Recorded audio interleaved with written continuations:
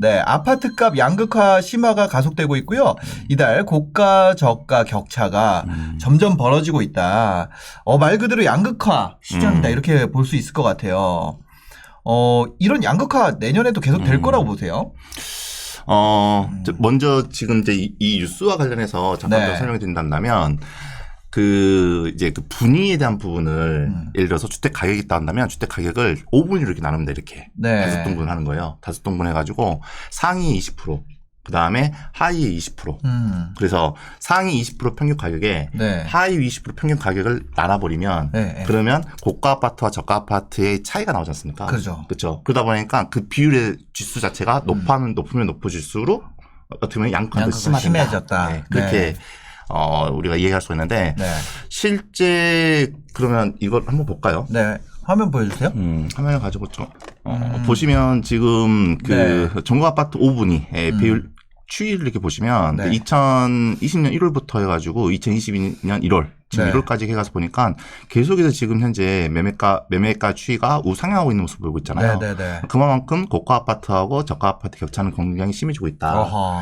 그러면 이제 과거에 심해지는 이유와 네. 그리고 그럼 앞으로도 더 심해질 것인지 이제 이걸 한번 저희가 판단해 볼 필요가 있지 않을까 싶거든요. 네. 그러면 현재 지금 2020년 1월인데 사실 이런 어떤 고가 아파트, 저가 아파트의 가격 격차가 가장 컸던 거는 네. 정부의 부동산의 규제 정책의 방향의 영향이 가장 컸었어요. 가장 컸던 것이 일단은 다주택자를 대상으로 해서 네. 규제가 되다 보니까 네. 소위 말하는 똘똘한 한치 현상이 나타나기 시작했거든요. 그런 현상에서 어떤 이 기폭제가 됐던 어떤 가장 핵심적인 포인트가 있었는데 그게 바로 2019년도에 12.16대책 나오면서 15억 대출 금지선이 생겼죠. 그게 생겼죠. 예. 네. 생기면서 대출에 대한 부분을 받지 못하는 데 대한 부분이거든요. 근데 사람들이 그러면 대출 금지선을 그렇게 심어 놓으면 결과적으로 고가 아파트는 수요가 못 들어오지 않겠느냐. 네. 근데 현재 지금 풍부한 유동성에 대한 부분을 잊고 생각을 했던 거였죠. 실제로 보니까 그 대출 금지선 15억 선이 생긴 이후로부터 네. 15억의 근접해 있는 가격은 굉장히 많이 상승해서 15억이 넘어가 버리고 그리고 9억대 물건도 10억을 넘어가 버리고 이런 현상이 굉장히 많이 발생했었거든요. 네. 발생해서 그럼 오히려 그 격차가 줄어든 거 아니에요? 9억대나 그 밑에 것들이 이렇게 올라와서 붙게 되면? 아니죠. 이건 아까 저가 아파트, 고가 아파트 상위 20% 하위 20%의 네네네네. 격차다 보니까 네네. 이 격차는 더 커지게 되는 거죠.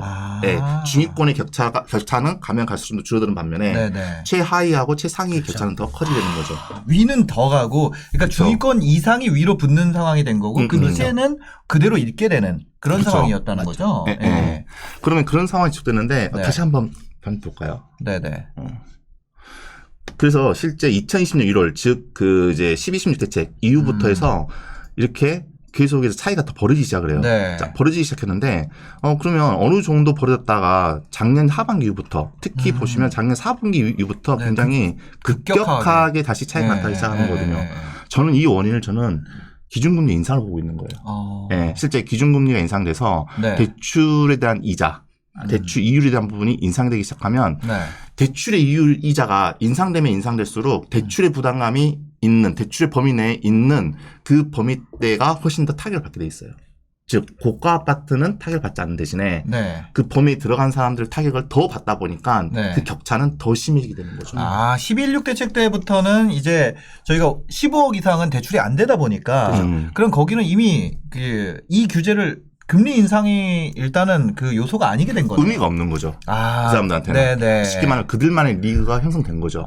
그 다음에 이제 밑에 대출 되던 데 같은 경우는 지금 영향을 받으니까 여기가 기울기가 완만해지고 위에가 그전 기울기가 유지되니까 이게 벌어지게 된 거다. 그렇죠. 특히 대출 이자 이율이 네. 올라가면 올라갈수록 저가 아파트에 있는 1분위에 있는 20%의 가격대는 훨씬 네. 더 치명적입니다. 왜냐하면 소득 수준 자체가 낮기 때문에 네. 훨씬 치명적이거든요.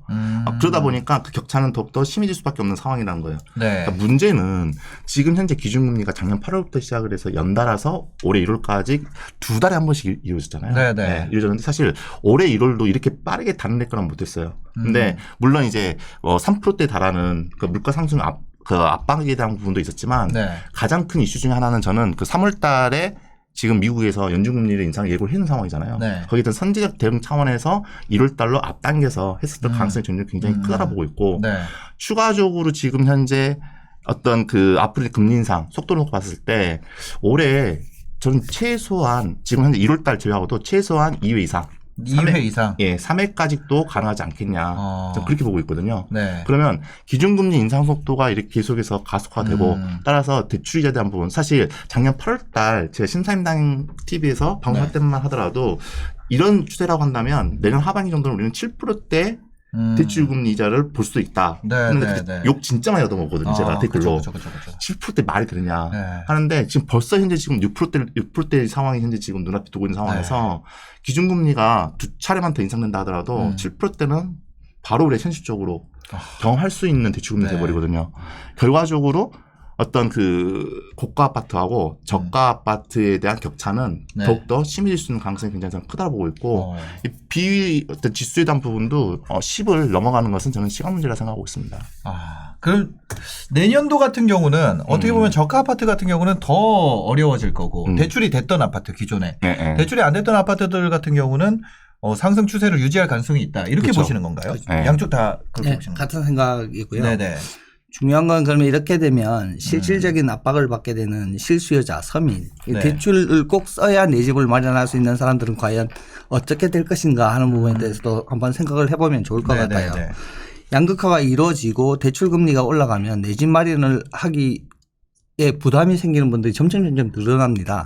그분들이 내 집 마련이 아니라 임대 수요로 돌아서게 되죠. 결국은.